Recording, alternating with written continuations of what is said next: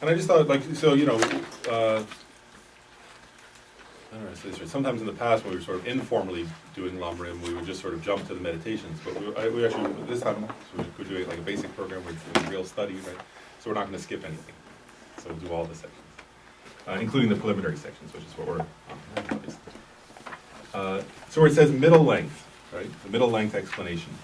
So obviously what they're saying there is that it doesn't mean, you know, obviously the word middle doesn't mean like middle way or something. Here it means middle length because Lama Tsongkhapa composed a brief, and then he composed a great, and then he composed a middle.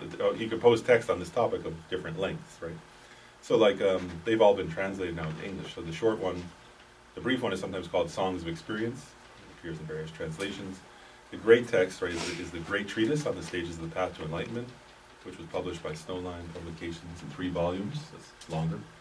And then there's this middle-length explanation of the Lam Rim. One thing about this text I'll just mention is that it covers they all cover the same subject matter. If you compare this to the Great Treatise on the Stages of the Path, they're very similar. This one's briefer.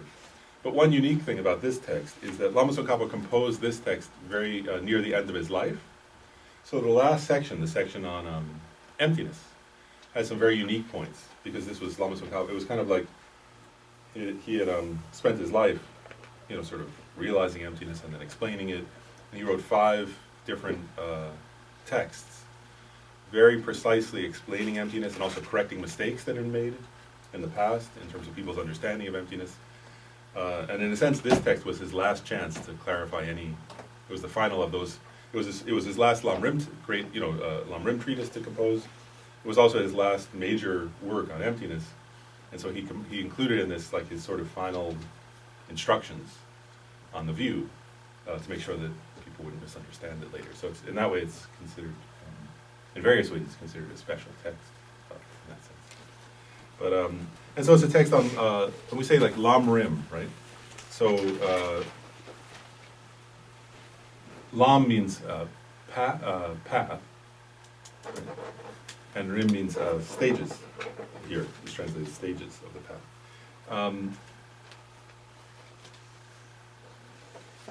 So in brief, right, like obviously, you know, in Buddhism, the path is a state of mind, right? The path means a mental state. The definition, the formal definition when they debate wrote down is a clear knower combined with renunciation, combined with or a state of renouncing samsara. In other words, so in other words, if we haven't renounced samsara, then whatever state of mind we have is not a path. It's not a path to enlightenment, any kind of enlightenment, right? And so, so this text is explaining.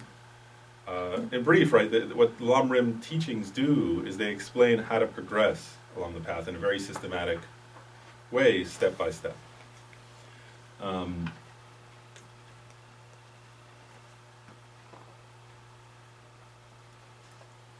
go on to explain the rest later. I was sort of hesitating. I don't want to jump ahead. I don't want to explain. I don't want to jump ahead in the explanations. Okay, so, but actually it says here, to be practiced by the 3 types of beings. And so this is important because we're going to get into this a lot throughout the text. So what does this mean, the 3 types of beings, right?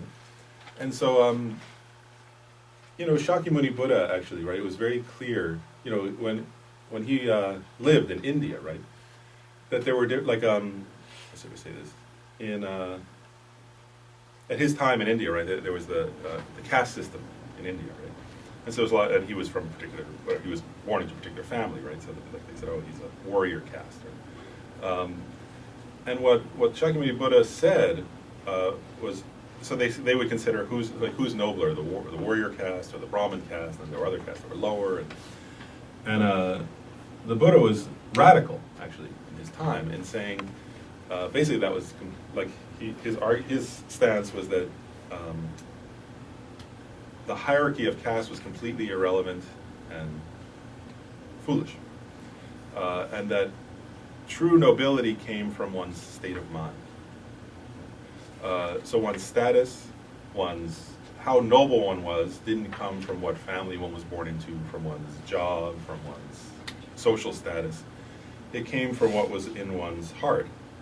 And and in his view, right, a person, you know, the level of one's heart determined or level of one's mind, right? One's aspirations, one's realizations of the truth. Those were the things that determined if one was noble or not. And so here, when we talk about three types of beings, it's referring to three different levels of aspiration, which the Lam Rim clarify. And I just want to, since here, usually traditionally you explain that at the beginning. So I'm going to start with this. Like, from a Buddhist point of view, there's ordinary beings, right? Ordinary beings include, it means not spirit, there's no spiritual aspiration. And so we have to check, actually, like ordinarily we would say, oh, I want to be the highest, for actually Americans always say, I want to be the highest kind of being. If there's three or four kinds of beings, I must be the highest type. Actually, what we need to do is reflect on ourselves and say, actually, I might be the lowest. We have to check, So the lowest, is not included in the three types of beings, because these are three types of spiritual beings. So they say ordinary beings have no particular spiritual aspiration day to day beyond just the affairs of this life. So ordinary beings want comfort, actually they say ordinary beings are, in this sense, animals and most human beings are included in this category, so we're not different from animals in this sense, right? Like if you look at a dog or you look at a normal person, right? Actually, dog wants to be the head of the pack, right? An ordinary person wants the highest, best job around, right? You want to earn as much money. You want to have people treat you nicely and not put you down. You want to have enough money and not be in poverty. You want your family to be okay, right? Actually, if you think about dictators also want that. Right?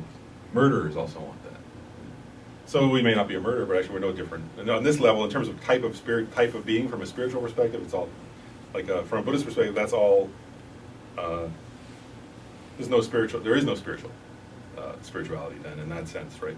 Whereas one is not living a spiritual life if one's like that. So dogs want that, murderers want that, ordinary people want that. Right? To everybody to be nice to me, that I have a good, that I be comfortable and not uncomfortable, that I be respected and not disrespected. Those I'm referring to the 8 worldly dharmas there. Right, so that's true actually, right? Dogs don't like people to yell at them, and also people, it's the same difference. So we have to check. So ordinarily, if we check, we might say, oh goodness, actually, I'm not any of the three types of beings, because the three types of beings are three levels of spiritual being. So the minimum, and in this Lam Rim explanation, the lowest of the three, then, who are actually a spiritual person, right, is someone who aspires to something beyond just the ordinary things of this life. So they have a spiritual aspiration means they're aspiring to something more than just their own comfort in this life. And so remember, this is the lowest, right, from a Buddhist perspective. So the lowest type of being aspires to a good future rebirth. Right? So the lowest type of being, you could say, wants to go to heaven, right? Wants to go to a pure land, wants to be reborn as a divine being somewhere pleasurable in a future life. So they would say, Buddhism says that's a spiritual aspiration. Right? So if somebody says, I'm trying to be a good person in this life because I want to go to heaven, or I want to go to Pure Land, or I want to go to God realm, or something like that, that's spiritual. That's a spiritual aspiration. It's the lowest level of spiritual aspiration from the Lam Rim tradition's perspective. And one thing is, if somebody, and why it says it says middle length to be practiced by three types of beings, right? Is it saying if that's your aspiration, if you want to go to a God realm or a heavenly realm or whatever, then this will teach you how to do that. Right? So that's okay. You'll learn how to do that from this teaching. Then the middle of the three, right, is higher than that, right? So that this being of the three types of beings says, just the comfort of this life is not enough, but also I don't just want to go to some good realm for my next life. That's not enough, because even those positive realms are within samsara. Even those realms are in the nature of suffering. So one understands, in this sense, one understands the Four Noble Truths taught by the Buddha. So, right, the first of the Four Noble Truths is the truth of suffering. So, this type of being, this middle type of being, by meditating on the Four Noble Truths, which was the very first fundamental teaching of the Buddha, right, understands the nature of suffering, right? They meditate on, sometimes there are different lists, right? But the three types of suffering, right? So there's one type of the suffering of suffering is like what ordinary beings even what we humans experience, right? Like pain, grief, loss, illness. But these beings understand there are subtler types of suffering, one being suffering of change. Right? And the suffering of change means, by its nature, right, when you have a good experience that you say is pleasure, it doesn't last. Right? And that very experience eventually becomes suffering. Right? And so we know that, right? Like, actually, it's pretty obvious, isn't it? So it's like, if you watch people like, let's see what we say, if you, like, well, actually, if we sit down, right, and we eat if we get like our favorite kind of food, we like bring home whatever it is, ice cream or something. Right? And then if you start eating a little, it tastes good, and it's, oh, this is great. Then it like, if you keep eating, then it like doesn't taste like much, right? Then after a while, you start to feel sick. That's an example of suffering change. So they would say, Buddhism says, any realm in samsara has this suffering of change. Right? So the pleasure will become, by its very nature, suffering over time. And the third is the all-pervasive suffering of having samsaric contaminated aggregates, being controlled by a mind that doesn't have wisdom, actually understanding the nature of reality. And that in and of itself is a kind of suffering, because we're not in our own control. Actually, we don't even control our own. We can't even fully control our mind. We can't control our experience. So anyway, that kind of being, this middle kind of being, understands all three kinds of suffering. Right? Understands, as Buddha taught, the cause of suffering, which is the three poisons, mental poisons, right? So anger, craving or desire, and ignorance. And so they engage in the path to become liberated from suffering. Right? So their aspiration is liberation. Right? So, and it's to become free from this samsaric suffering, which it means to achieve nirvana. Right? And among those types of beings in this middle level, right, there are hearers, right, who want to become an arhat. And there are many arhats at the time of the Buddha who achieved their own liberation. Right? So that's one type of, and then there are also, and they achieve, hearers achieve enlightenment under the direction of a Buddha. Then there are also pratyeka Buddhas, or solitary realizers. Those are also at this level, but they have some particular aspiration to achieve their own liberation when a Buddha's not around. They kind of want to do it on their own. Sort of individualists or something like that. So they want to achieve, so they study with a Buddha in a past life, but then they aspire in some future life when there's no Buddha around, I'll achieve my own liberation. It takes them longer. They achieve. They accumulate more merit. Then they have to accumulate more merit than the arhat, but they also achieve their own liberation. So those are beings at the second level of aspiration. Then the third type, the highest of the three types of beings for whom, and by the way, if you study this text, then you can achieve that. Right? All the explanation, everything you need to realize that level of liberation, individual liberation from samsara, is taught in this text. That's why it's for this kind of being. I have a question Yeah. about that. To me, the word Buddha means someone who it's serving. So that seems like an oxymoron. The phrase pratyeka Buddha. Right. Yeah. So it seems like an oxymoron. Are they then serving in some fashion after they have completed that? But to clarify there, like this phrase, it's important, good question. Like how should I say this? Like so, in other words, a pratyeka Buddha is not a Buddha. That's clear. In other words, in other words, they have the same, the Sanskrit word awake, right? Bud means awake, right? Awaken. So like a Buddha, right, means somebody who's fully awakened. Right? So they're of the third type that we're about to talk about. A pratyeka Buddha, they have the same etymology in the name, right? That's the phrase. So is there any difference between that and liberation? I guess the issue would be in that case, like they sometimes. So how do they translate it there? They don't translate it as. They sometimes translate it solitary realizer, solitary. Actually, solitary realizer is the way they translate it, but it doesn't have the same meaning as Buddha. So in other words, even though it has the phrase, that same etymology there, it's not a Buddha. In terms of whether or not they benefit others, that's a different question. Like the teachings say that they. Pratyeka Buddhas, they're not teachers. They don't have bodhicitta. They didn't realize bodhicitta, so they don't have that kind of compassion that leads them to continue to come back to benefit others and to create a enlightening tradition to benefit others. They don't do that, actually. They're also very quiet types of people, apparently. So they don't teach extensively, they don't sort of have disciples, they don't do all the activities of a Buddha. There is some sense in which they benefit others in the sense of, in a kind of a dark time when there's no Buddha, I think there's some teachings that say just through their sort of demeanor, just through their presence in the world, being somebody who's realized nirvana, they provide a kind of either an inspiration to others, they provide a kind of role model to others sometimes will make offerings to them and thereby create a lot of good karma, like because they're monastic, sort of like seeing as this very noble, amazing monk. But what they don't do is take people on as sort of, and guide them through the path. They don't do it. They don't do that activity. So in that sense, they're not like the Buddha. But they have certain, because they've accumulated a lot of merit. The teachings say this, that they kind of, they have an appearance that's not as radiant as a Buddha's, but kind of similar. They have that kind of the aura of somebody who has gained realization, because they have amazing realization. But they don't do the vast activity of sort of taking responsibility for others and guiding others along the path. That they don't do. So the etymology is the same, but the meaning is different. Does that make sense? It begins The phrase seems confusing because it says Prachika Buddha, right? But it's like sort of like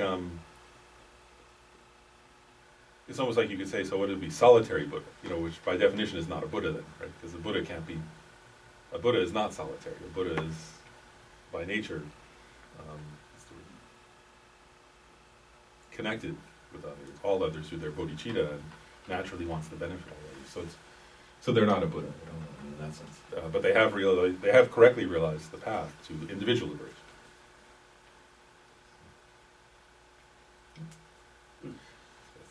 But then, so the third type of being is a bodhisattva, right? Somebody who realizes bodhicitta, and what makes them the most noble, right? Obviously, as we said, is not their job, their race, their caste, their social status, their gender, anything like that. Right? What makes these beings, the bodhisattvas, the most noble, the most high, is their compassion. Right? And the unique feature of a bodhisattva is, right, that, because all of it, just to clarify also, arhats, people who are aspiring to be pratyeka, they all have some degree of compassion. They're not bad people, right? They have love and compassion.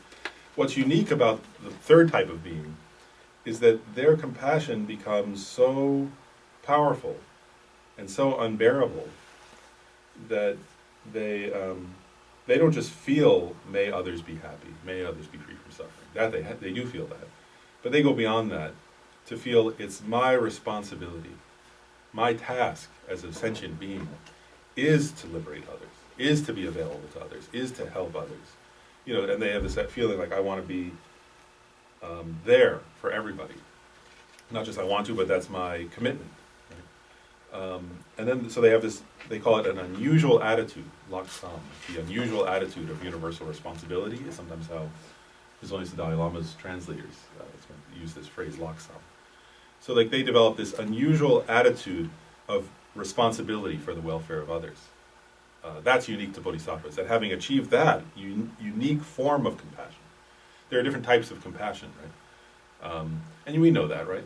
Like, you could have very mild compassion, like, yeah, it'd be really nice if people in this country, such and such country, were free from suffering. I wish they would be, and not now past the chips. That's like a very weak kind of compassion, right? These bodhisattvas, right, the third type of being has a compassion that feels it's absolutely unbearable that others would suffer. I personally will, however long it takes, right, like that aspiration, the prayer the Dalai Lama always says, right, from Shantideva, as long as space remains, for as long as sentient beings remain, may I too remain to dispel the misery of the world, right? That's expressing the feeling of this kind of person, right?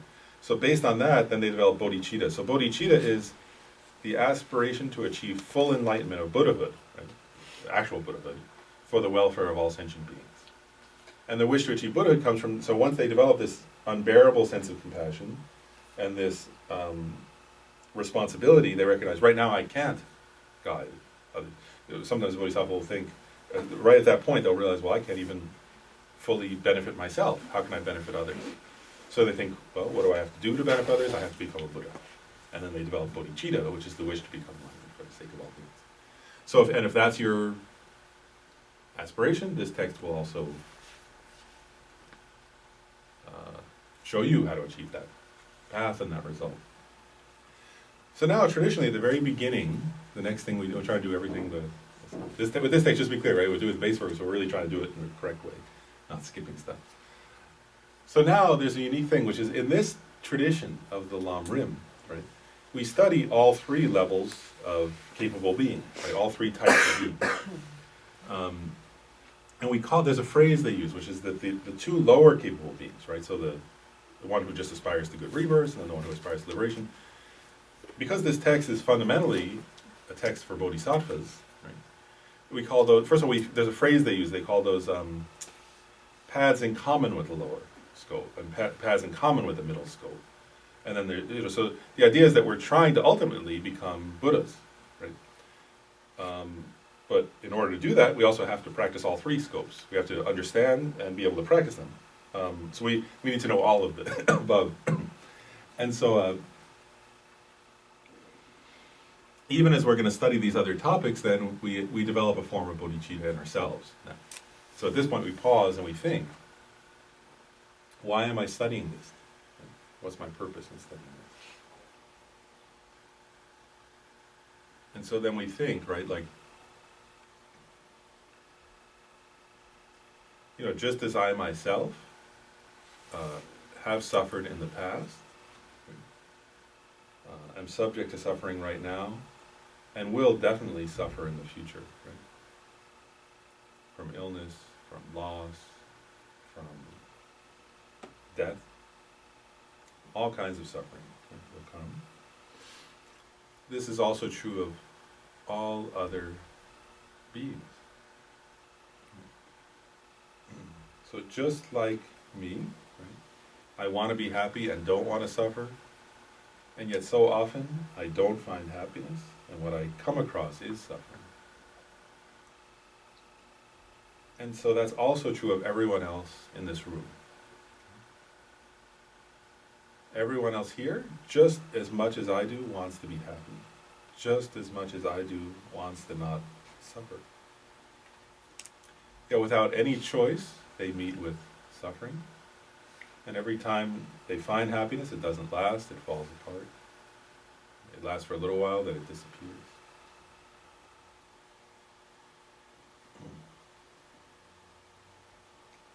So that's also true of everyone in town here.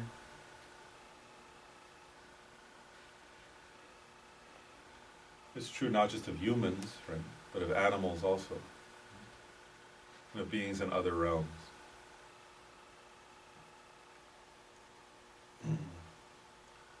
Actually, Buddha says, right, like points out that that's true of all sentient creatures, actually.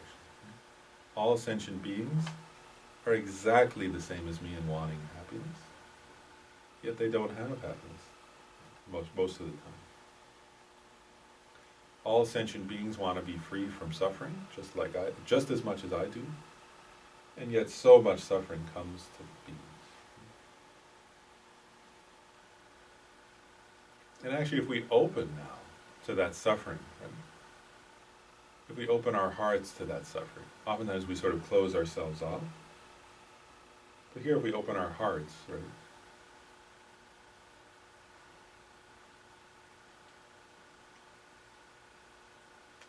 Then we actually know, right? It's like you can feel that those beings are right here in my heart.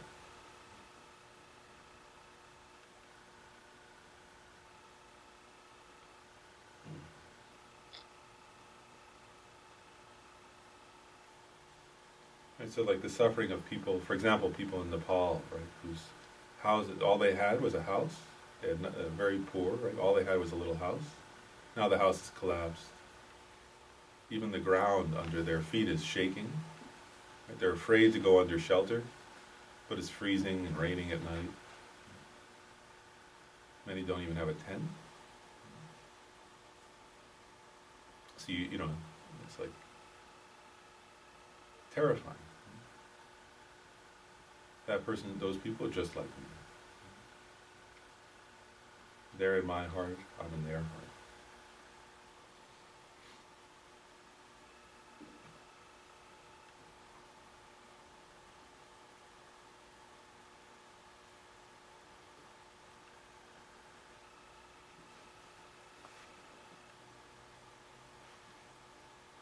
just using that as an example, right? But we do that kind of contemplation for people. We can start with just starting with humans, right? All over.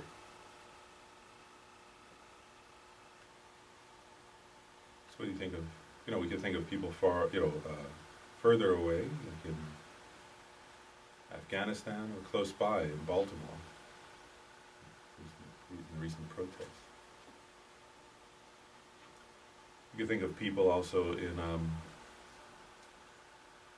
the hospital who are told they have some disease. Point is that we open our hearts and we feel, right? They're exactly like me. They don't want to suffer. Exactly like me. All they want is happiness. Then we can open our hearts to animals and other kinds of beings, right? The beings of the 6 realms, which we'll get into more later. All of them are exactly like me in wanting to be happy, exactly like me in not wanting to suffer. But their suffering is so unbearable.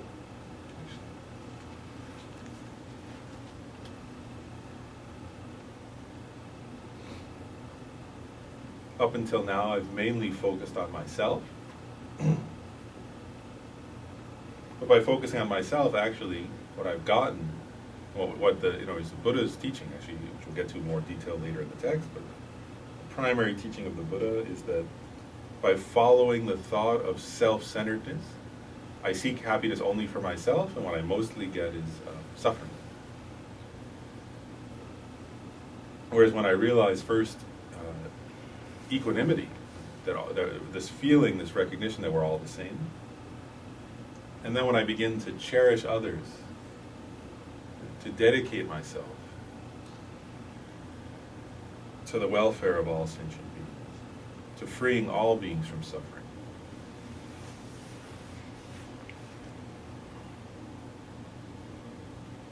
with this recognition, right, that others' well-being and my well-being are completely interdependent.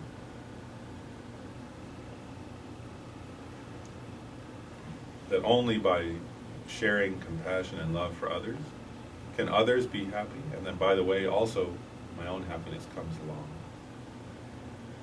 That all good in the world actually comes from the heart that empathizes with, that shares affection, warmth, love, and compassion with others.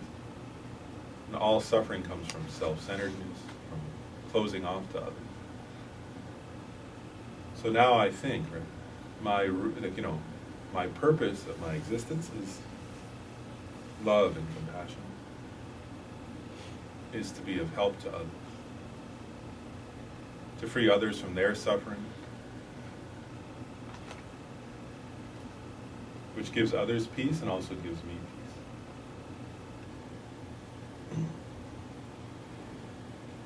Ultimately, what I would like is to lead all beings to enlightenment, where they're free from suffering. Right now, I'm not capable of that. So my purpose in studying this Lamrim today, and for however long we study this, is my aspiration is, I'm studying this, the path to enlightenment, so that I myself may follow that path and become a fully enlightened Buddha, in order to then skillfully help others and guide others.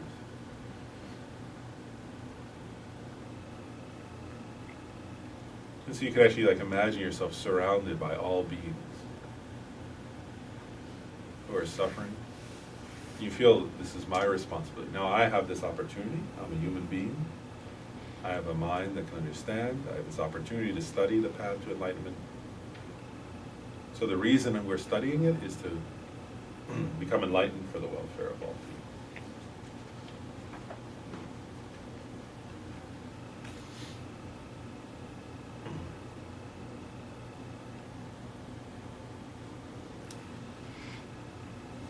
And so we'll try now to keep that aspiration in mind throughout the rest of today, and then also, throughout our studies, that we remember the reason we're studying, contemplating, and meditating on this is like that. Is for all sentient beings.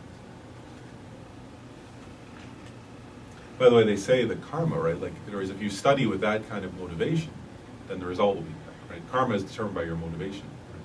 So if you just study because you think, well, there's nothing else to do today or something, whatever, it's a very small motivation. Actually, then you're not even in the three scopes. Right? But if we study with this kind of motivation, then the result will be that. Actually. Then just studying in and of itself becomes a cause for you to someday become enlightened and benefit all those beings. So that way we're, at least our study becomes actually a form of practice through the motivation. Okay, so then we'll return to the text. It says, "Respectfully I prostrate to the feet of the venerable saints who are full of great compassion."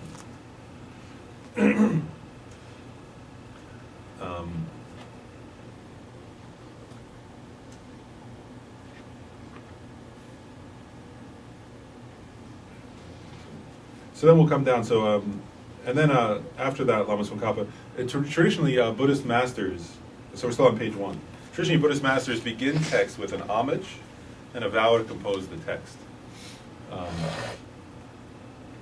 It's funny, when I worked on actually there was a Lam Rim text, right, editing the Easy Path with Yume Khensa Rinpoche, there came a point with Wisdom Publications where we were sort of saying, well, will we do this text, right? And then they sent us a contract, to like, and I was joking with Khensa, because traditionally it's Tibetan masters, right, they would write a sort of vow to compose the text, and I said, in America, of course, it's you sign a contract. It's a different cultural tradition.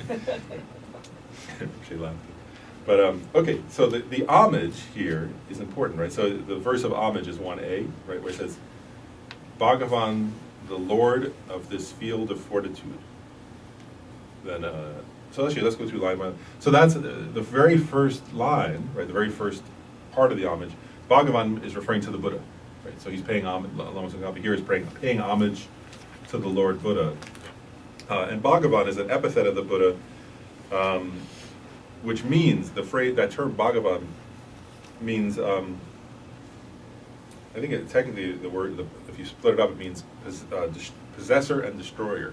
So what it means is that the Buddha is an epithet that means something. It means that the Buddha destroyed all of his own negative states of mind. Right, so he destroyed ignorance, he destroyed anger, hatred, he destroyed jealousy, pride, desire, craving, all those different things. So when it says that the Buddha destroyed, it means he destroyed all those inner negative traits, qualities. And then possessor means he possesses all the positive qualities. So he possesses compassion, love, wisdom, especially wisdom. Mostly, in this phrase, it mostly means he possesses the wisdom, understanding the nature of reality, conventionally, and also ultimate nature of reality. And Lord of this field of fortitude, it means that he's the Buddha of this planet. Right? He founded the teachings in this world. Right? Fortitude actually refers because what's the word? Like. The famous story, it's not usually in the commentary, but it's true. There's a famous story where, like in a past life, when the Buddha was a Bodhisattva, there were all these Bodhisattvas with like a previous Buddha, and they were like vowing to go to different places to benefit sentient beings. And then nobody wanted to vow to come here, like they say, because it was such a difficult planet. Like so, like the Bodhisattvas were like, I don't know. And then, so field of fortitude is because there's so much suffering and aggression and desire and things like that. There are other planets where Buddhism, the teachings that exist that are sort of more laid back with less war and less. And then they said that the Buddha's compassion was very strong. And he said, "I vow to go there." And I sometimes, I'll say just my own sharing on that point. I also think we don't always say this. Like we oftentimes people on this planet say, "May I go to a Pure Land?" Or some Buddhists pray like that, which is a fair, a valid prayer. Like we just said, it's one of the 3 levels. But I think actually this planet is Buddha Shakyamuni's Pure Land. Actually, and that it's a planet where, because of the suffering, if you really want to practice the high scope teachings, you can develop even more strong compassion, right? Because there is more suffering here. And then also the tantric teachings exist here, which depend on very powerful compassion. I think that's interdependent, right? There is beings who are in a place where it's not as intense, the suffering, then it's not as unbearable, the compassion. So in that sense, this field of fortitude, I think, has a meaning. It's a quite meaningful phrase in the sense of that you have to have fortitude to practice. And I think we can feel that, right? If you look at what the world is like. And then the next line, the Jina's regent, the Jina's regent, Jamgon, Lord of the Dharma. So that's referring to Maitreya. And the regent means because there is said to be 1,000 Buddhas will come to this planet in this eon, right? And the next Buddha to come is the image of Maitreya, is Maitreya. And so they say that when Buddha Shakyamuni was in Tushita paradise waiting to he was like a 10th level Bodhisattva waiting to come to this planet to teach. And then when the time came where he would come down to take rebirth, it said that he turned to Maitreya, his student, and said, "You're next. Now you will teach the Dharma. You'll be the teacher here in Tushita Pure Land, while I go and work for others on the earth. And when the time is right, you'll then come to the earth. But for now, please teach the beings here in Tushita." And so they say that Maitreya is there in Tushita teaching. We'll get more into that later, but so he pays homage to Maitreya, the Buddha's regent. Right? Jina means Buddha, so the Buddha's regent. Then Manjughosha, sole father of all the Sugatas. So that third line is praising Manjushri, the Buddha of wisdom, right? Bodhisattva of wisdom, or the Buddha of wisdom. Sometimes depicted holding a sword, right, and it protects the Prajna Paramita. And then it says Nagarjuna and Asanga foretold by the Jina. Right? So those are the two trailblazers. We're going to get into that in a second. From India, two Indian Buddhist masters. And then he says, bowing to you with respect. And I'm gonna wait for a moment. I'll get into who Nagarjuna and Asanga are in the general introduction in a minute. So anyway, so that's who he pays homage to. Now comes the vow, right? I shall once more, right? Because he's saying once more because he's already composed those other two treatises. Explain here in a summary fashion. And so this is I always think it's a little, like, that's very Tibetan, right? So this is the middle length text. Is very Tibetan, right? In America we want like a shorter text sometimes, but this is middle length. We want a pamphlet. The stages of the path of profound view and vast conduct for the sake of making it easy to access. Right? Actually, okay, I'm going to go on. Let's look at the next, and then we're going to integrate these three paragraphs into the discussion. So the teachings to be explained here consist in how the fortunate are led to the level of Buddhahood, to the stages of the path to enlightenment. So we said that, right? These various stages. And also, they summarize all the points of the victor scriptures, following the tradition of the two great trailblazers, Nagarjuna and Asanga. They constitute the Dharma system of supreme beings who progress to the state of omniscience. They contain all the stages without omission that the three types of beings need to practice. Okay, so we already talked about what the three types of beings are. Now I want to, all these three verses actually are bringing up the same point, so I wanted to read all three and then make the point. So one unique feature of this tradition that Lama Tsongkhapa is repeatedly hinting at here, or saying basically, is that first of all these teachings come from the Buddha. Right? So that's why he pays homage to the Buddha first. Right? But then these are particularly focused on the Mahayana, right, the Bodhisattva path.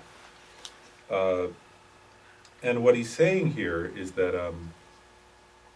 in ancient India, right, the tradition goes that so the Buddha taught, many different teachings, right?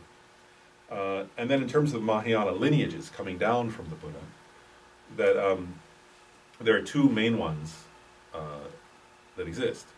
So one came from the Buddha through Maitreya, right, who was mentioned there, to Asanga. And actually the story goes that there was some recognition that the Mahayana wasn't doing so well in India. And there was a woman, nun, who was had bodhicitta, right? And she felt, I want to make some contribution. She meditated, and she realized through something that if she stopped being a nun and had children, that they would be great saints. So she did that. And she had two sons. One was Asanga, and the other was Vasubandhu, and they became two of the most important Buddhist masters in India ever. So Asanga, his tradition, they sometimes call it the vast, right? So it says here in the vow to compose the text, the vast conduct. So he taught the vast conduct. And so that means that he actually, right, we've talked about it before, he meditated for like 12 years on love, and he had a vision of Maitreya, and he went with Maitreya to Tushita Pure Land, where he teaches, and Maitreya is said to have taught him 5 great treatises by Maitreya, which he then brought back to this planet. Is like the visionary tradition of Asanga. And then Asanga himself wrote many different commentaries on these. And so what he got at, and this is important, so the Buddha taught the Perfection of Wisdom Sutras, really. I mean, he taught many things, but this is important here, is the Perfection of Wisdom Sutras. We read a very short one, right, the Heart Sutra. So the Buddha taught the Perfection of Wisdom Sutras. They say that at the time of the Buddha, if you just heard those sutras, so many beings got enlightened. Now, if you study the Perfection of Wisdom Sutras, they're translated into English, many of them, they're somewhat difficult to understand in and of themselves. So Asanga was one person who commented on the Perfection of Wisdom Sutras, and Maitreya, and those commentaries are on what they call the hidden meaning of the Perfection of Wisdom Sutras. The main overt topic of the Perfection of Wisdom Sutras is emptiness, but there's a hidden implicit meaning in them, which is what are all the stages of the path that a bodhisattva has to go through to achieve Buddhahood. And so those are very implicit. In other words, if you read the Perfection of Wisdom Sutras, it'll be very difficult if you haven't studied Asanga and Maitreya's texts to understand what those are. But they're there, and if you study those other texts, then it becomes clear what those are. That makes sense? So Asanga taught the vast conduct of bodhisattvas, which are how do you progress through all these different levels and stages, and what are the conduct of bodhisattvas at different points along the path, and so on. So that he taught this lineage of vast conduct. Then the other is Nagarjuna, right? Who came, and the teachings say that through the lineage of Manjushri to Nagarjuna is the profound, and that means he taught the profound meaning, the explicit and profound meaning of the Perfection of Wisdom Sutras, which is emptiness. And again, if you read the sutras of the Perfection of Wisdom, actually in Indian history there are many people who misunderstood those, right? Misunderstood the meaning of emptiness. Nagarjuna clarifies that. Right? So he took the Perfection of Wisdom Sutras and he wrote actually 5. He wrote many texts, but he wrote 6 texts on reasoning that's very specifically clarifying the meaning of emptiness. And correct other people's errors and ways you can misunderstand emptiness, and he clarifies them. Each of them also actually, it's not to say that Asanga didn't also teach emptiness and the Nagarjuna didn't also teach profound conduct, because they both did, but it's the emphasis of their lineage, right, that then got passed down in India. And so all the great masters of India, Mahayana masters of India, came from these 2 traditions, either the tradition of Asanga, that came down through Vasubandhu and then other masters, or the tradition of Nagarjuna that came down through Aryadeva, Buddhapalita, and particularly Chandrakirti was a very important explainer of Nagarjuna's texts, clarifying mistakes people made after Nagarjuna's time. Sometimes people misunderstood him, and then Chandrakirti clarified that. So there were these 2 lineages coming down in India. When you look at the merit field up here, this image right here, you can see they're in the center. On the right side of Lama Tsongkhapa there, who wrote this text, is this lineage of Maitreya that came down through Asanga. On his left side is this lineage of the profound that came from Manjushri through Nagarjuna and Aryadeva and so on. And one unique thing about Atisha was an Indian master, who we're going to get to more, but I'll say now, one unique thing about him was that he studied both of those 2 lineages and integrated them into his own realization. And so here, this text, as it says, is in the lineage of Atisha, which combines these 2 great lineages into one. So the profound and the vast are sort of combined here. And so this text will explain the profound meaning of emptiness, and also the conventional stages and paths that we have to practice in order to progress to enlightenment. So that's a unique feature of this text and this lineage, is that it combines those 2. So it's quite important when he says, right, the 2 great trailblazers, Nagarjuna and Asanga. Because, in other words, because the most efficient way to progress towards the state of omniscience, which means Buddhahood, is if you can combine those 2. Any questions about that? Because that's a comment on lineage here, actually, really, is what. You say that Maitreya passed to Buddha, Maitreya to Buddha, and then to Asanga. No. So like the Buddha was Maitreya's teacher, Mm-hmm. right? And so then Maitreya taught Asanga. Like the Buddha, like in other words, Maitreya studied the perfection of wisdom with the Buddha himself, and then Asanga, who was an Indian Buddhist master, studied with Maitreya, and Maitreya taught him 5 different treatises, actually, which then are written down. The story goes that Asanga studied those 5 treatises from Maitreya and wrote them down. So sometimes Western scholars say, well, maybe they're really by Asanga, but the Buddhist tradition clearly says Maitreya taught these, and Asanga wrote them down from him, and then Asanga wrote his own commentaries to those. Actually, is the idea. So the idea would be that because the Buddha, remember, was in Trishita paradise before he became to the earth, was Maitreya's teacher. So the Buddha would be Maitreya's teacher, and Maitreya would be Asanga's teacher in terms of lineage. And then Asanga taught that to his brother Vasubandhu, and from there it got passed down. Does that make sense? Okay, so next. Now the actual explanation begins. And here he Lama Tsongkhapa is saying we're going to follow. There are 2 main great Mahayana monastic universities in ancient India. One is Nalanda, right, which is often mentioned by His Holiness the Dalai Lama, right, and the other is Vikramalashila, or Vikramashila. Here it says. And they each had their own tradition of how you compose a text or a commentary, and he's saying that here we're going to follow the tradition of Vikramashila. The reason being, actually, part of the reason we're going to follow that is, actually, as we're going to get into about Atisha, this is in the lineage of Atisha, and Atisha studied at Nalanda, but was also affiliated with Vikramashila, and here we're going to follow Atisha's tradition, which came from Vikramashila. So the scholars of that monastery, so they begin a teaching by, what they do is they begin a teaching by teaching on 3 preliminaries: the greatness of the author, the greatness of the teachings, and how to listen to and explain those teachings. And the reason for that is important. Actually, I want to say something about it, because this is important for us in the West, actually, to understand, is, Buddhism, why does Lama Tsongkhapa begin the way he begins? Right? He pays homage, and he describes the lineage, right? And here he's going to go into more detail about the teacher, right? The reason why that's important is that if you want to practice Buddhism, right, then it should have a valid lineage, right? It should be valid according to logic, it should be valid according to experience, and it should be able to be traced back to the Buddha. So and it's not unique in the West, actually. Like in India, this happened. In Tibet, this happened. Is where people make up their own deal, like make up their own trip. Right? They say, "Oh, I had a vision," or "I had some idea," "I had something," and they make up something, and that's okay. People can make up whatever they want, but if it's Buddhist, then it should be in accordance with Buddhism. Does that make sense? And even you'll see, actually, if you ever read Lama Tsongkhapa's biography, he's like many other great Buddhist masters, in the sense that he had all kinds of visions and talks with deities. He would talk to Manjushri often, have discussions, and he had all these kind of visionary experiences.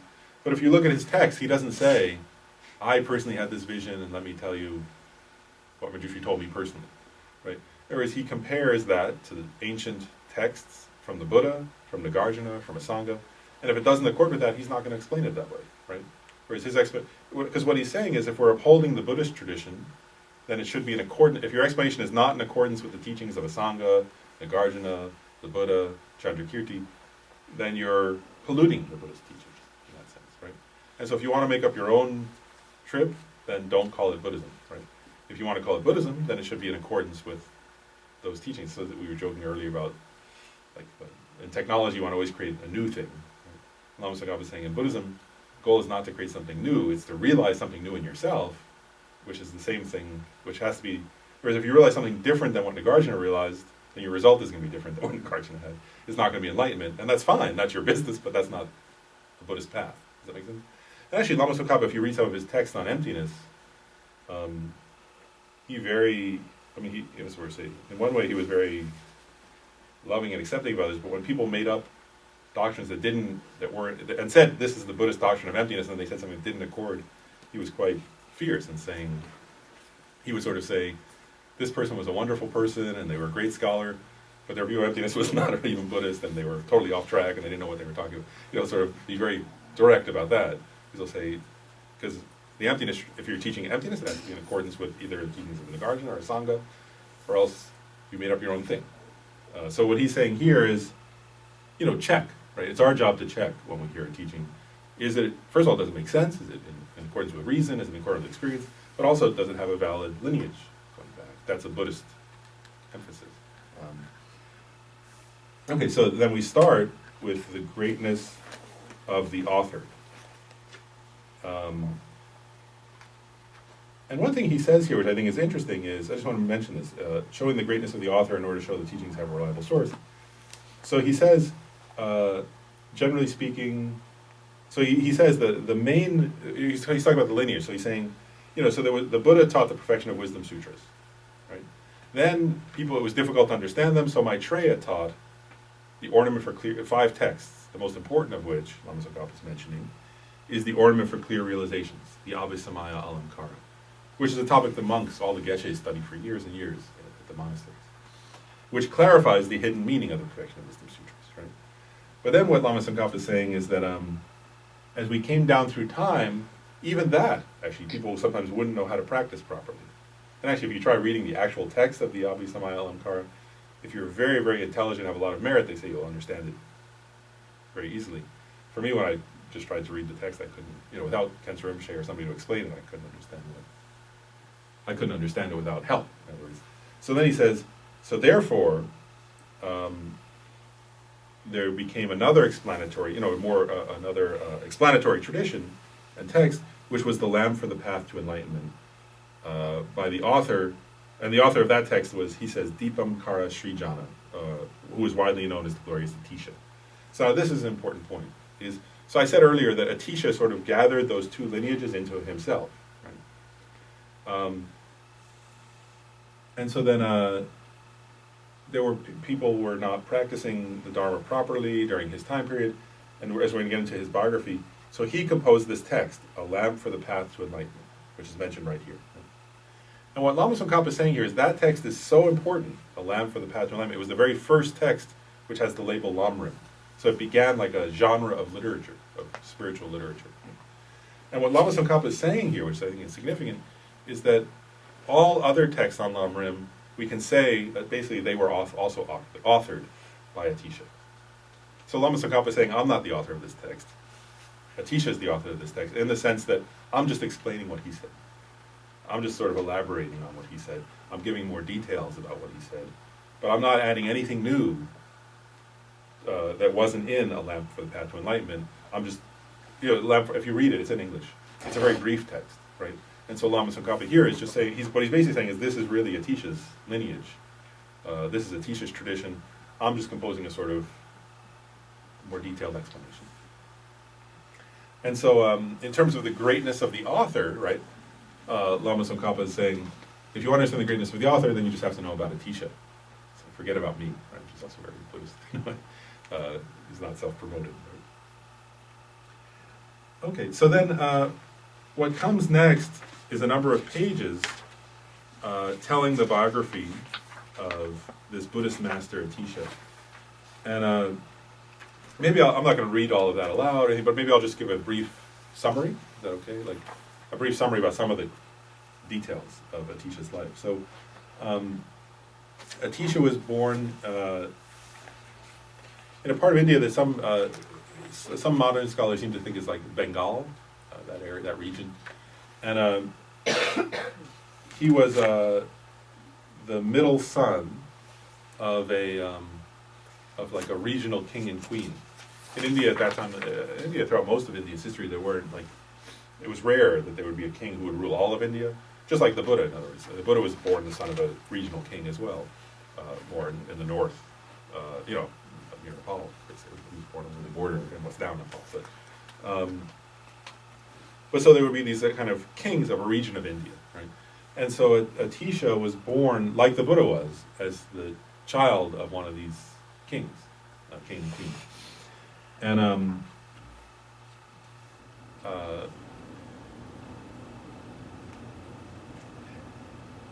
so actually there are some commentaries that say that like for many, many lifetimes before that, Atisha had been a great pandit, great scholar or something. So then he was reborn as this boy. And it describes here in this text how, so even as a young child, he became very interested in studying Dharma. And so as a child, he studied very broadly. He studied all different kinds of, language and logic. He studied, he studied all different language, logic, crafts, medicine. And in particular, he was interested in studying, logic and debate and philosophy. So he studied that as a young person. And then, even as a child, he was so good at debate that he was like a prodigy. That's the word. So he was famous for, he would study things very briefly, and he would sort of out-debate people. He was like one of these brilliant kids. And then, as a young person, as a sort of, I don't know, maybe as like an adolescent, I guess you could say, he decided he wanted to study Tantra, Vajrayana Buddhism. And so he went to this this temple at Black Mountain and studied with this master, Rahula Gupta, who was a great Vajrayana master. And Rahula Gupta himself was kind of a mystic who would have visions of Vajra and Vajradakini. And so anyway, Atisha studied with him for years and meditated very intensively on Tantra and gained tantric realizations during this early period. In other biographies, it described how there was this tension where his parents kept saying, like the Buddha's like, come back and, why don't you like take your responsibility as a prince? And he kept saying, I want to go off to study Dharma more and go on retreats. And then there's one story that Lama Tsongkhapa mentions here, which I very much like, so I just want to share it. It says that Atisha started gaining all these qualities from study because he was very bright. He immediately had a good grasp of Tantra, and then also his practice was very profound. And there came a point where he was meditating very deeply, and he thought, "Wow, it feels like I seem to understand everything there is to know about Tantra now." This is like as a young man, right? The arrogance of youth. And so then it says here a Dakini came. So a Dakini is a female enlightened being. Technically, the word Dakini means a sky goer, so like a female enlightened being. Sky, in that sense, means someone who's realized emptiness. Right? And she came, and in a vision, she showed him these various texts on Tantra that he didn't even know the name of. And so he just had this thought, oh, I seem to know everything. She said, you never even heard the names of these. Dakinis often do this kind of arrogant guys. And then he became kind of like, he thought, oh wow, I guess I don't know everything. Okay, yeah, kind of embarrassed or something. Then he became more humble.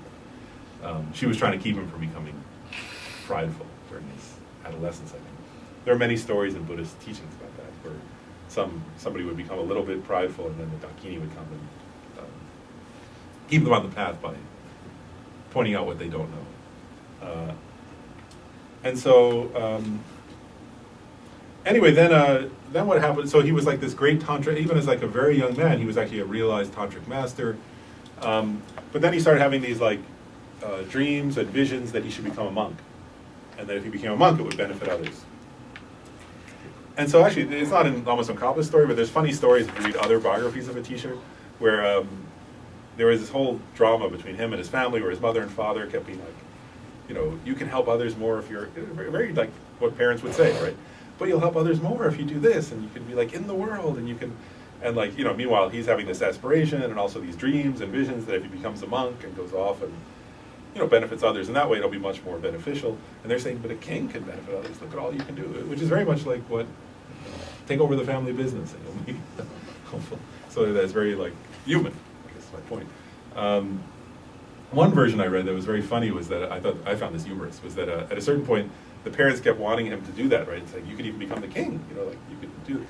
And this is not in Lama Tsongkhapa's text, but it was in another biography. It's funny that at a certain point he thought, how am I going to get out of this?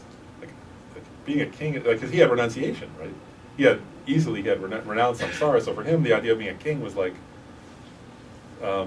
then I'm going to be involved in what? Like all kinds of drama and politics and wars, and like it seemed like horrible to him, right?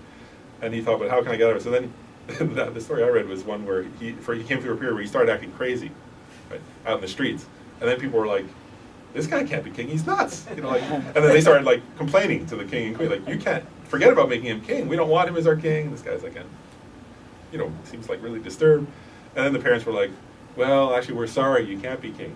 And he's like, okay, well, then is it all right if I go off to the monastery? and they were like, well, we guess so now, or something.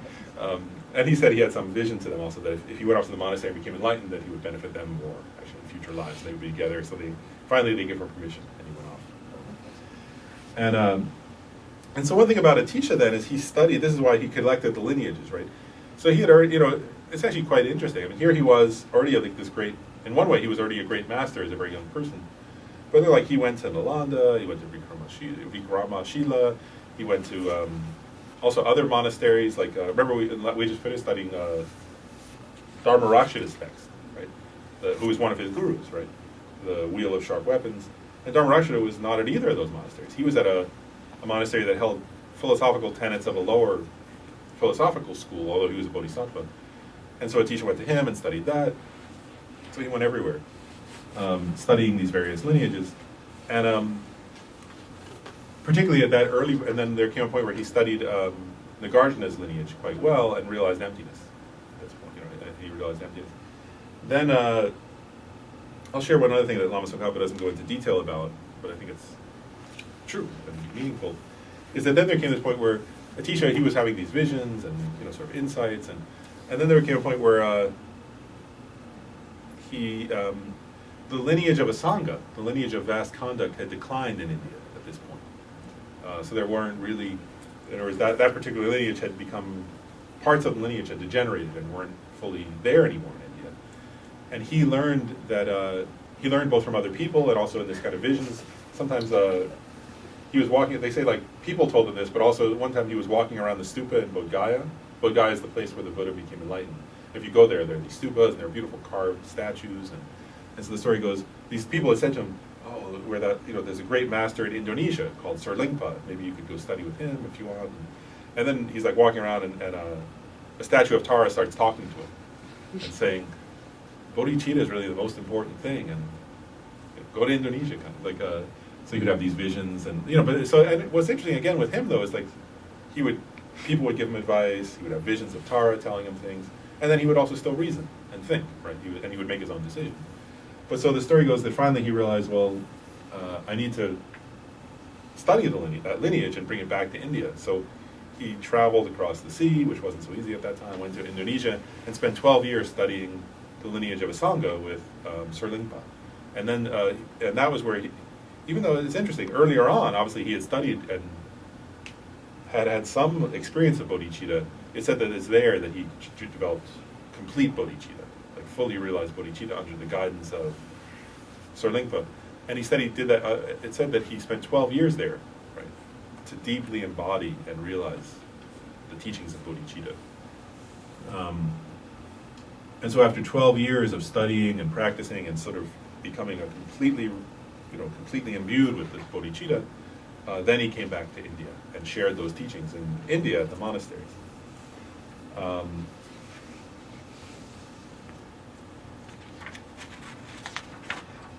So then, actually I'll go in order here. So then, it talks then about how Atisha gained realizations, right?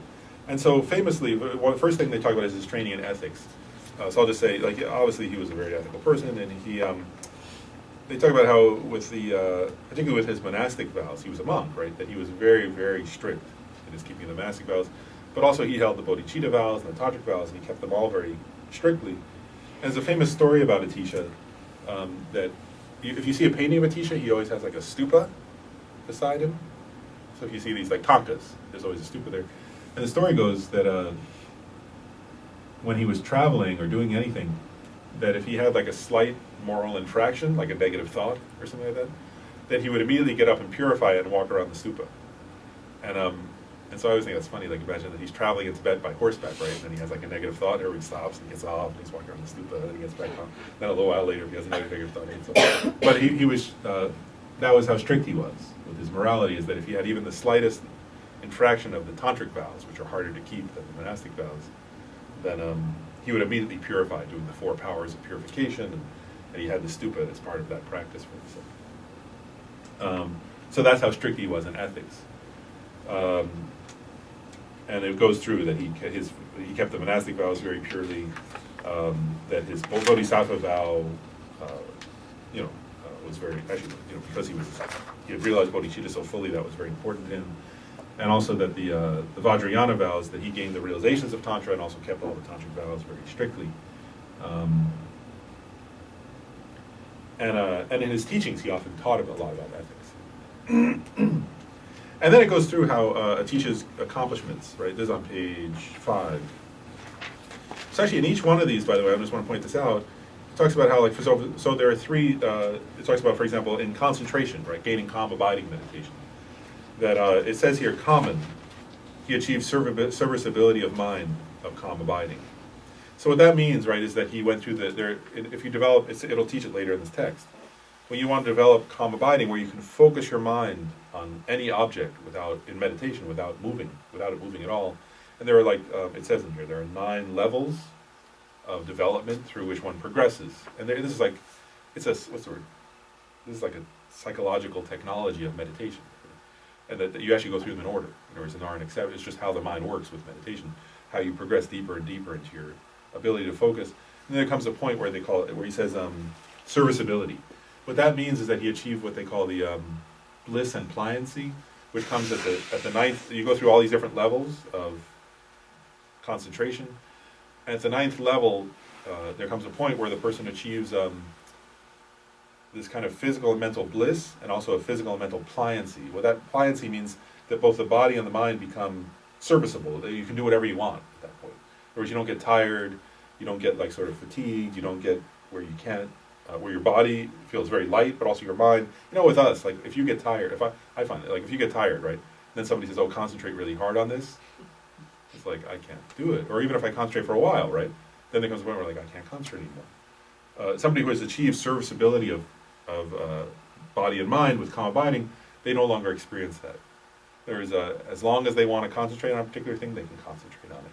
And even with their body, they don't experience fatigue in the same way that ordinary people do.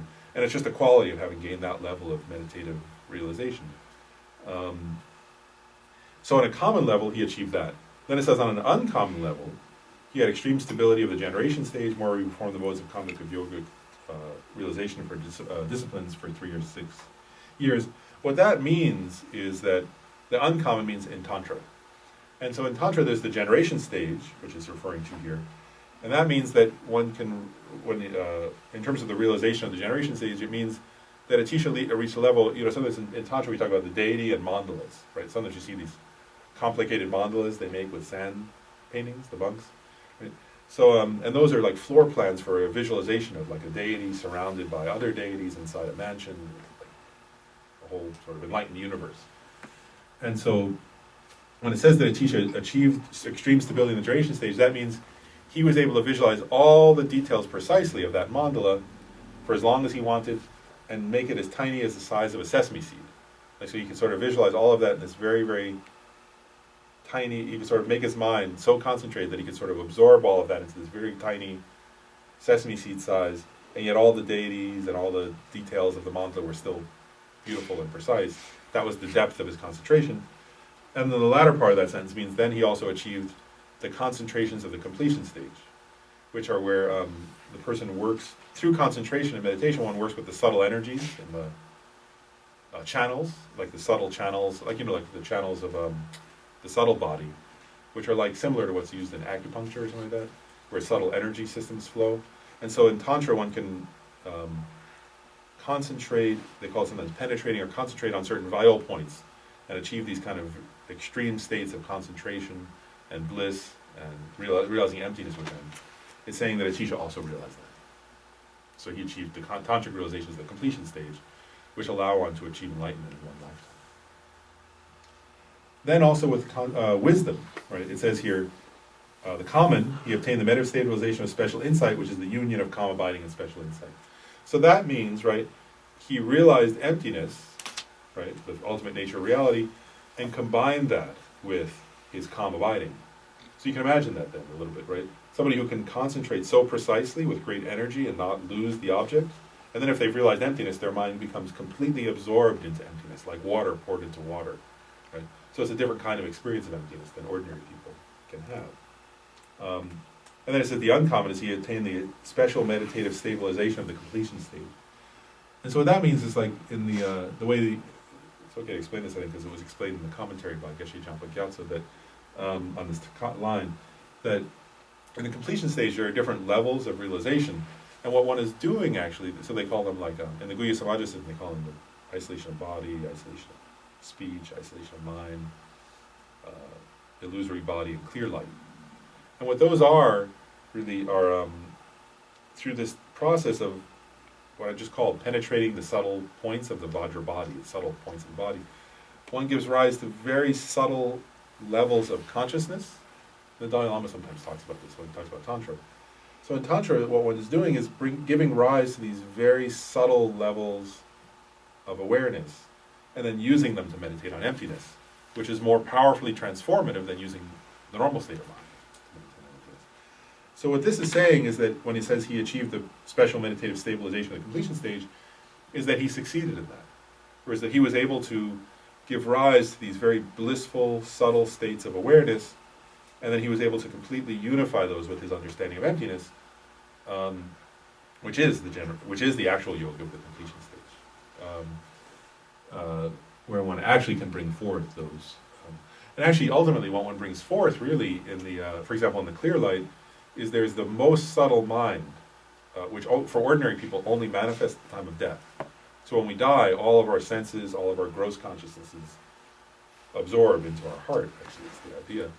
And then the most subtle mind, that they call the subtle mind of death, or the innate mind of clear light, which is the most subtle level of consciousness, which only manifests at times, only fully manifests at the time of death. These kind of yogis like Atisha can manifest it while they're alive through these yogas, and then meditate on emptiness using that. And that way they overcome ordinary death. That's the idea. They actually transform, they learn how to overcome death itself in that sense. Not that their body doesn't die, but they no longer have an ordinary death in the sense now they can meditate on emptiness all through the death process and achieve enlightenment in that sense. So, in a brief way, that's sort of explaining what that line means. There's more details. Okay, so then it says, his deeds, right? So it says basically in India, he debated with others, he clarified people's misunderstandings, he taught, these various lineages very extensively, and he was a very famous scholar in India.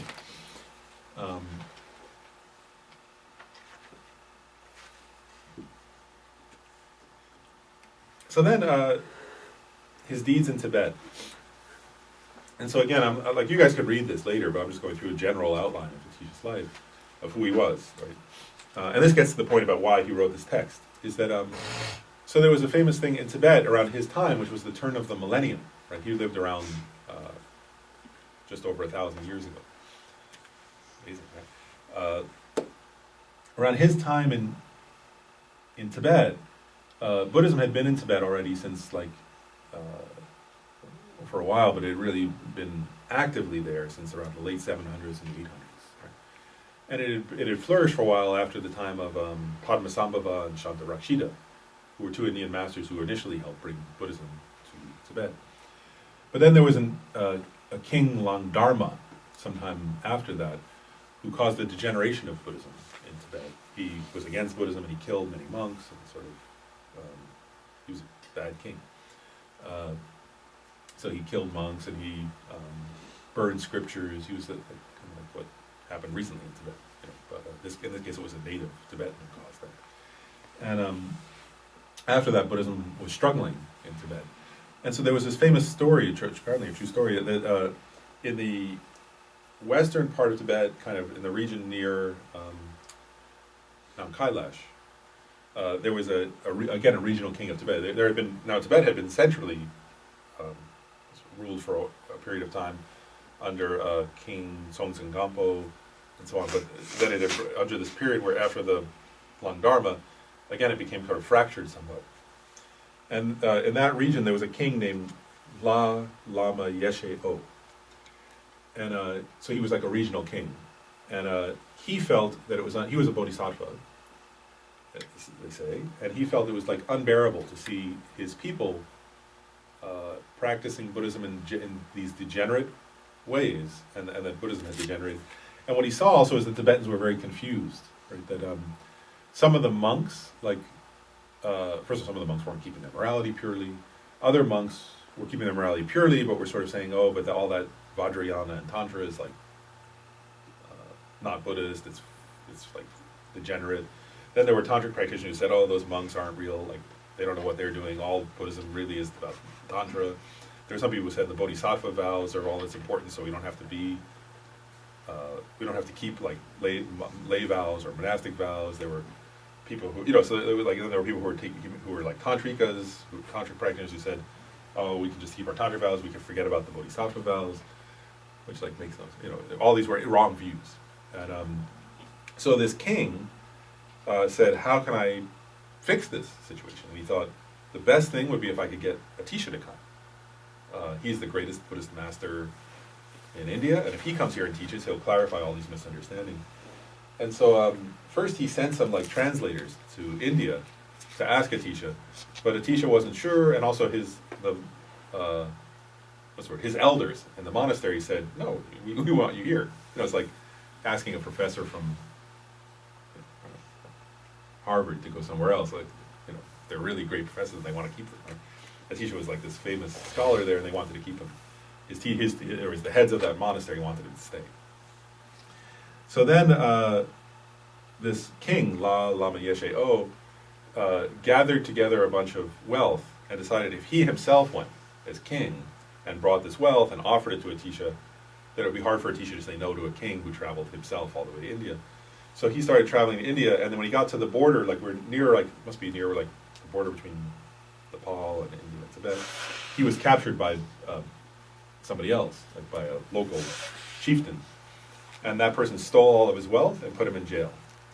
And because he was, and then he like took him hostage, and then he sent word back to his kingdom, and he said, give me give me the amount of gold that the size of his body is, and I'll give you back his body. I'll let him free. Otherwise, I'll kill him. So his nephew, who would be the next king, like worked really hard to gather the treasury of gold, and then he could only gather enough so that it was like his body up to here, but he didn't have enough for the head. And he snuck down there, and through the window in the jail, he said, "Uncle, I'm going to try to gather more gold. So far, I only have this much gold. And, no matter what, I'll save you." And a very important moment where this king says to his nephew, what matters is getting Atisha to come and benefiting the people of Tibet. I'm happy to give my life in that cause. Like, that's he was a bodhisattva, so he felt that's wonderful. If I can give my life for that, then that's having lived a good life. That's having lived a meaningful life. That I gave my life for my people and for all sentient beings and for the doctrine of the Dharma, the Buddha, doctrine of the Buddha. And so he said, please take the gold for the body up to the head to India and offer it to Atisha and his monastery and tell them, I, the king, gave my life on behalf of this request. And he said, and I'm certain that Atisha will not turn down a request under those conditions. And so his nephew did that. He was killed, and his nephew went. And so his nephew goes there and, of course, says, my uncle, the king, gave his life. Here's gold. Of course, Atisha didn't care about gold, the monastery, but at that point, Atisha had been having visions of Tara, saying, Tara was telling him, actually Tara had told Atisha at that point, if you go to Tibet, it will be of more benefit to sentient beings, but your life will be shorter. And she said, so, how wonderful if you go. And he said, yes, I'm happy to go. Even if it shortens my life, if that's what's most benefit to sentient beings, then I'm happy to lose years of my life, which is actually pretty realistic, right? For an Indian to go to Tibet, you're not going to lose. Same thing, like, if you go to, where the diet's different, the diseases are different, and so on. But so he had already decided he was happy to go. But when this nephew, the prince, arrived and, gave all this gold to the monastery and said the king had died on behalf of this request, then the elders of the monastery could no longer, it was like, ethically, they couldn't say, well, don't go. So the elders said, you can go for 3 years and then come back. It was like, what's the word, a sabbatical? You can go for 3 years and then come back. And so he went to Tibet at that point with this, the nephew, Zhang Chupo. And so then when he got to Tibet, and I think this is, again, meaningful for us, because we study with teachers from foreign lands as well, right? So when he got there, Zhang Chupo and the others, they didn't request, they didn't say, he was a great tantric master, right? They didn't say, oh, give us the initiations of Vajradakini and Havadra and Chakrasamvara and all that, right? They said, we have been confused about how to practice Buddhism. Please teach us something so that we understand how to practice properly and how to practice the teachings in order and how not to confuse them so that we can start as beginners and progress gradually through the stages of the path, right? And so Atisha was happy with that request, of course. And he decided that he would compose this text. So he composed A Lamp for the Path to Enlightenment, the very first Lamrim text, with the motivation being, right, to first of all, to clarify Buddhism, to teach how to practice Buddhism, and also to teach how to practice it in order, so that people wouldn't become confused, right, and wouldn't practice the wrong thing at the wrong time, wouldn't take a particular teaching of the Buddha and apply it, at a point where they weren't ready for that teaching, and then sort of get confused, but that they could sort of, every teaching is useful when you're for the right person at the right time. And so he taught, how do you do that, right? And so he composed this text, The Lamp for the Path to Enlightenment. Then he, interestingly, after a while, he sent the text back to India, right, with somebody. Like somebody was going to India, and he said, bring this to my elders at the monastery. The Tibetans kept saying, can he stay more than 3 years? Can he stay more than 3 years? So anyway, then when the elders got this text, they said, wow, it was like one of the most brilliant texts they had seen ever composed on Buddhism. And so they thought, wow, if he hadn't gone to Tibet, he never would have written this amazing text that's like transforming our understanding of the Dharma. And so they wrote back and said, if you'll write a commentary to your own text, then you can stay as long as you want. And so that was how the Atisha stayed in Tibet for longer. He stayed there for 17 years.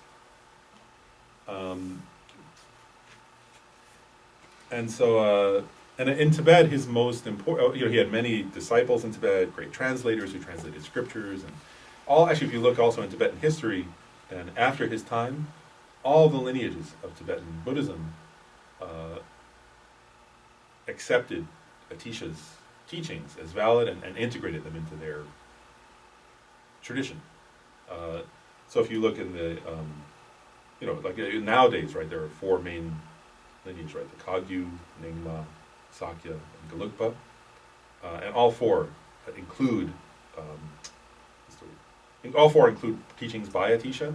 All 4 include like initiation lineages and teaching lineages from Atisha. And also, if you look carefully, all 4 include, they don't always use the term Lamrim, but they all include the Lamrim tradition. So they all include texts that are structured according to the Lamp for the Path to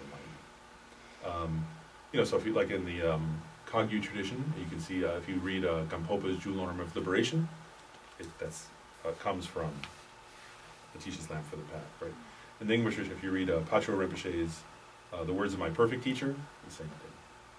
And then the Sakya tradition, if you read there's a lineage of texts, I forget what they're called, I think it's called the Three Visions. Again, that's the same structure. So that all those lineages came down, through all the traditions. And the Gelugpas, of course, also have this middle and Lamrim, so there's no doubt there. Okay, and then the next thing it says here, right, is there are 3 again, like it's talking about the lineage, right, and that it's a valid lineage. So it's saying, and by the way, Atisha's most important disciple in Tibet was Lama Dromdolpa, who was a layperson, actually, unusually. Right? He was actually a lay, not a monk, he was a layperson. And there's a wonderful book that talks about these conversations, that shares conversations. Thupten Jinpa translated it, the book of Kadam. And it's these conversations between Atisha and Lama Dromdolpa, who was a great visionary himself and a great teacher himself. But anyway, so it says here, the ideally if you're going to write a text, right, like Atisha was going to do, you should have at least one, and ideally all three of these qualities. So one is being learned in the 5 areas of knowledge. And the point here is that Atisha had all three, not just one. The 5 areas of knowledge, there are 2 lists of 5 areas. One is outer knowledge, and that would include linguistics, medicine, dialectics, crafts, and logic, or reasoning. So Atisha was a master of all of those. By the way, crafts would include things like tanka painting and sculpting and so on. And medicine would include the Ayurvedic medicine of the time. Then there are the 5 inner topics of knowledge. Those are the 5 topics studied by Buddhist scholars to today, right? So that would be Vinaya, which are the rules of monastic discipline. Abhisamaya Alamkara, that text by Maitreya that talks about the hidden meaning of the Perfection of Wisdom Sutras. Entering the Middle Way, which is a text by Chandrakirti on the profound lineage of the profound view that comes from Garjuna. The Abhidharma Kosha, so Abhidharma, which is like the Buddhist sciences, and the Pramanavartika, so the teachings on valid cognition. So he is saying he studied and was a master of all 5 of those. Ideally, also, and then another quality you would have is having received, basically having received the unbroken transmission of the lineage. Obviously, we already said he had that, right? He had received all these lineages, an unbroken line from the time of the Buddha. And the third was having had a visionary permission from your protector deity. He also had that. And so, being cared for. So then here, it just is the last part here is describing how. One is how he had it's describing actually in the praise, right? It describes here on the bottom of page 6 that he had, it says being cared for by protective deities. I already mentioned he often had visions of the female Buddha Tara, who would protect him and give him guidance. Also of Avalokiteshvara, this Samaya Vayuharaja. That's actually His Holiness the Dalai Lama recently gave that initiation in New York. It was called the Buddha holding the 3 pledges. It's a kind of form. It looks like the Buddha, but it's a tantric lineage of tradition. I think you guys were there in New York at that time when he taught on the. Hey, one time he gave that in New York recently, in the last few years, and he was a practitioner of Hivadra. So he received visions and permission to teach from these deities. Then it's how his lineage is uninterrupted. So the point is that he went to great lengths to study with many different masters who had these lineages, right? Even going all the way there. Indonesia to study that. And it says here he had 12 main gurus. I think he had over 100 different gurus. 12 of them was main gurus. And here it lists his some of his main students in Tibet. And then the last one mentioned is Drome, who was his most important disciple, Lama Drome Dompa. One funny story I got, when Drome Dompa requested him to come to central Tibet, right, he had been in this eastern part of Tibet, or western part of Tibet, and then Lama Drome Dompa wanted him to come to Lhasa. And so he asked many different lamas, and he wrote a letter on behalf, and he said, I and this lama, and that lama, and that lama, and he said, and so forth, are requesting you to come to Lhasa to teach. And then this other famous lama said, hey, you didn't include me in the list of requesters. He said, you're part of the so forth. Which was, I thought it was a little bit like the Dakini who was, to Atisha, anybody who has a little bit of pride in Buddhism. These moments where Dakini or sometimes someone like Lama Drome Dompa does something to poke at the pride.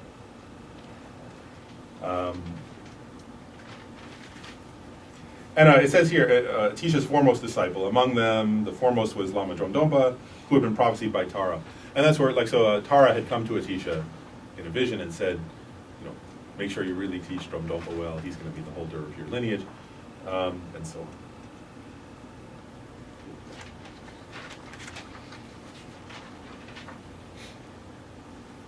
I'm trying to decide. So we have 10 more minutes. I wanted to at least make sure we at least got through the biography of Atisha. Now it's up to you guys. Do you want to ask? So obviously today, like I said. We'll start doing more explicit meditation once we get to the meditation topics, which are coming soon. But I can start the next section, or do people have questions? The phrase you hear often is protector deity. I just realized I really don't know what that means. I think that in this, there are different meanings and different, I should say this. I personally, it'd be interesting in this context, because there are two different, I think sometimes I think it's a translation issue. I'm going to get it to answer your question. Like sometimes, like I think this is here is a translation of Yidam. There are other times where they use the word protector to translate like Yidam actually in Sanskrit for that. But then there are other times where they use protector to translate a different word, which would be like Dharmapala. So I think there are two different ways to answer that question. When it's Yidam, as it's used here, I would translate that. I think a better translation of that term would be meditational deities. But I guess it's tricky in the sense that he was having visions of them, so they're meditation deities, but he was also he would meditate on himself as that deity, but he would also see them in a sense. But in that sense, so like a Yidam, like say Hevajra or Tara in this case, right, two of his Yidams, are like a deity that he did a sadhana of, right, a practice of. But then at a certain point, if you do the practice well, you develop some kind of like, you could have dreams of that deity, then you can start to have like, if you're a highly realized master like Atisha, they have like these visions of that deity. Like for Lama Tsongkhapa, he had particularly a relationship to Manjushri, right? And so in that sense, it's almost like the deity becomes their guru at a certain point. Like it's clear that for Lama Tsongkhapa, Manjushri was one, he had external like human beings who were his teachers. But at a certain point for Lama Tsongkhapa, it becomes clear in his biography that the celestial Buddha Manjushri, became one of his main gurus and was giving him advice and answering questions and telling him what to do. Now go on retreat, that kind of thing. And he would like talk to him and then talk to Randala, one of his physical gurus, and then be like, okay, Manjushri, I'll do retreat in a little while. First I do this, then I'll come to retreat. So it was very like interactive. So for someone like Atisha or Lama Tsongkhapa, you could say that their Yidam was their protector deity in the sense of being like protecting them by giving them teachings, and, like their teacher. So I think that's what it means here. There are other terms for protector. I wouldn't call it protector deity, that would just be protectors. And that's sort of more like these pictures here, but a certain kind of wrathful,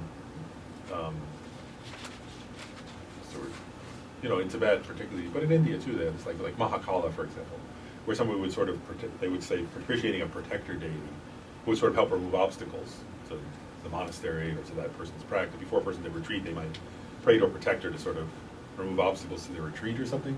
That's not what it is. I don't think that's here. It clearly is referring to a Yidam, like a sort of meditational deity, like Tara. But there's another term for protectors, which would be like that.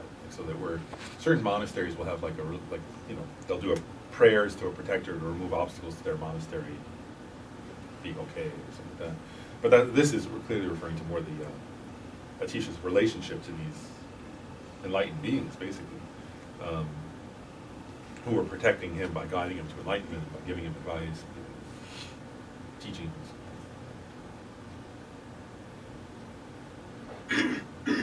I guess on a lesser level, not like obviously Atisha or Lama Tsongkhapa are having direct contact with him, which is said to happen at a certain level of the path. When a person reaches that certain levels of the path, they say that's like there are famous stories like that. They say when you reach this level, then either you have you can have visions of them, or also like tankas or statues start talking to you, because they're like when we put these Buddha statues here, right? Like Khyentse Rinpoche comes and does a consecration, which means he sort of like is invoking the deities to come into the statue, right?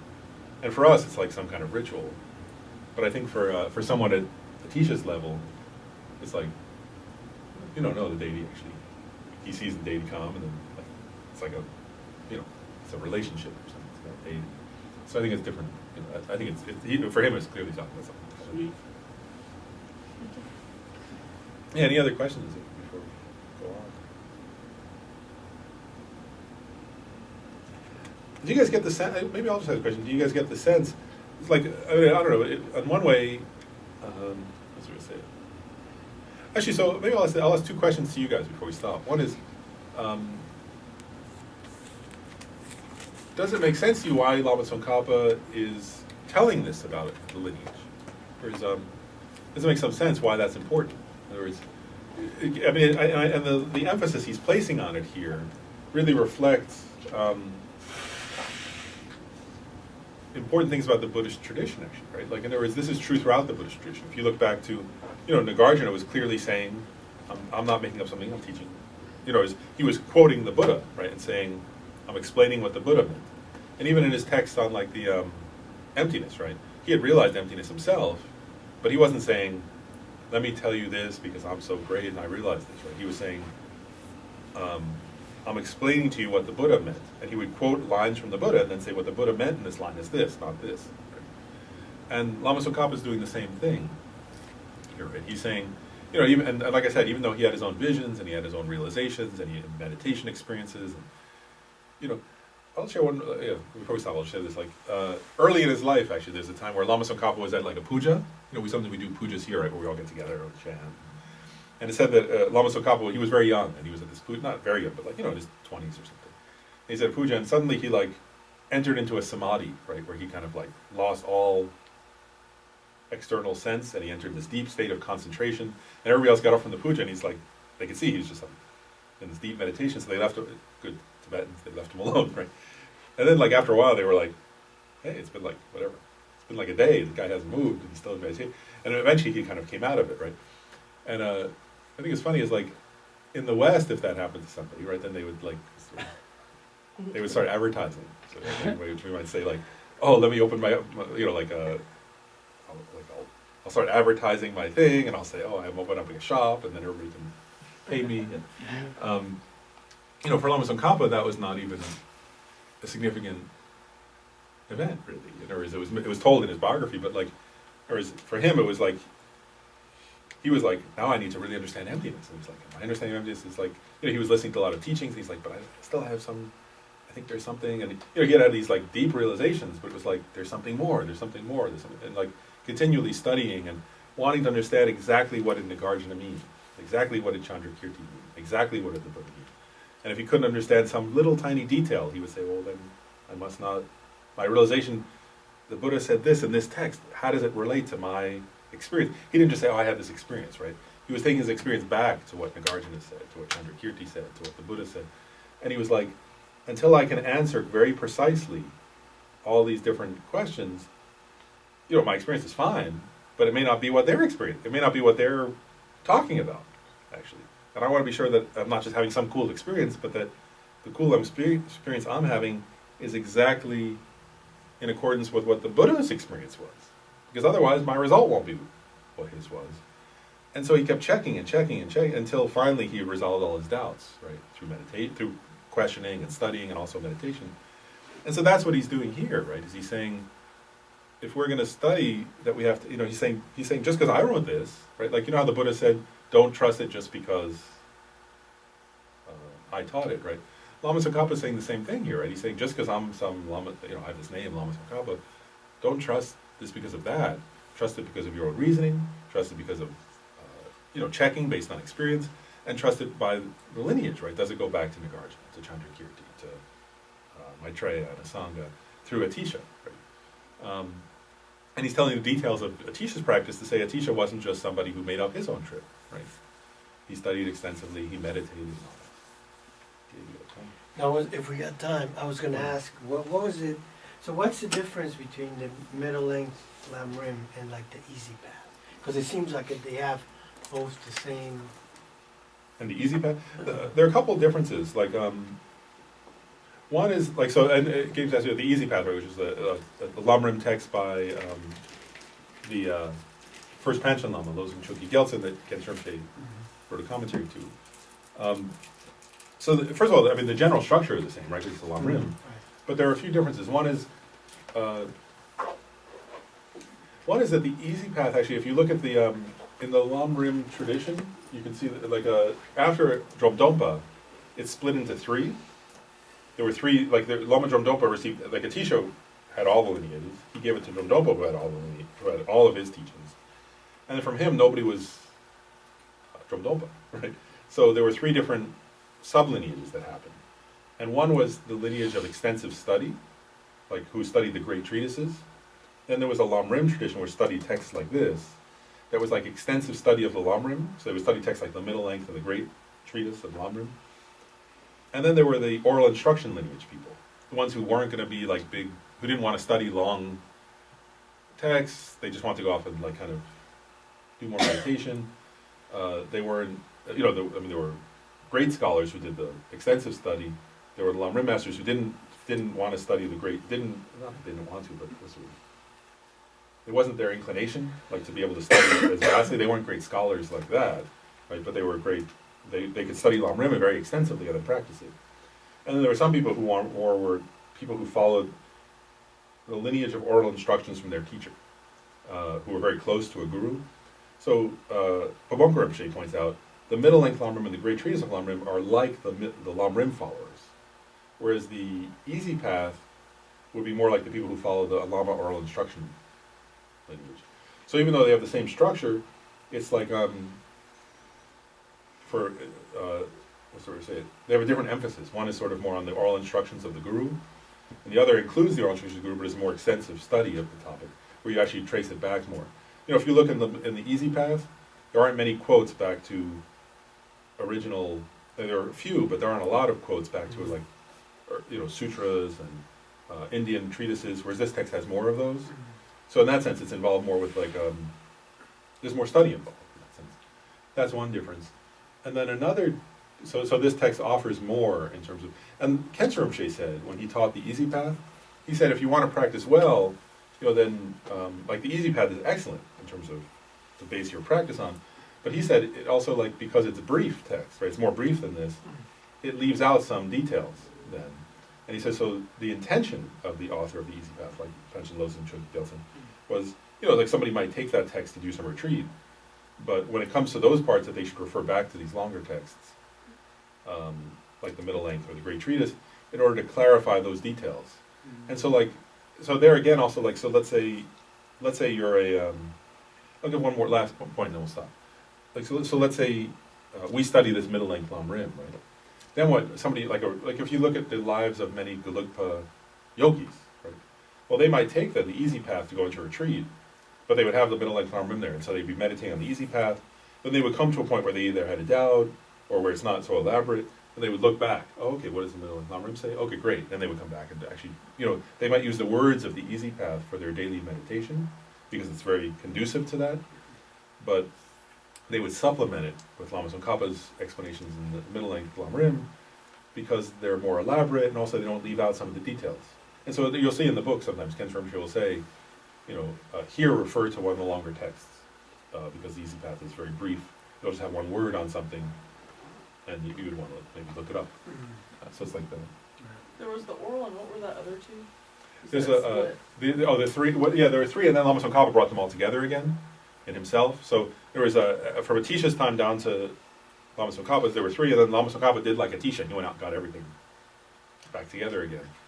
So between the time of Drom Dompa and Lama Tsongkhapa, the three were there are different Tibetan terms for this, but one is the lineage of oral instruction, the lineage, the Lam Rim lineage, and I don't know, the textual study lineage, or the extensive study. It was where they were studying these more great texts. So they would study like the Bodhicharya, Avatara, and the Mahayana, different texts, like longer Indian texts. They engaged in more extensive study like that. Due to the merits of these virtuous actions, may I quickly attain the state of a Guru Buddha and lead all living beings without exception into that enlightened state. May the supreme jewel Bodhicitta that has not arisen arise and grow. May that which has arisen not decrease, but increase more and more. Just as the brave Manjushri and Samantabhadra too realize things as they are, I too dedicate all these merits in the best way, that I may follow their perfect example. I dedicate these roots of virtue with dedication praise the best, by the victorious ones thus gone of the 3 times, so that I might perform noble Bodhisattva's deeds. In the land encircled by snow mountains, you are the source of all happiness and good. All-powerful Chenrezig Tenzin Gyatso, please remain until samsara ends. You uphold the subduer's moral way, who serve as bountiful bearer of all, sustaining, preserving, and spreading Manjunath's victorious doctrine, who masterfully accomplish magnificent prayers honoring the 3 jewels. Savior of myself and others, your disciples, please.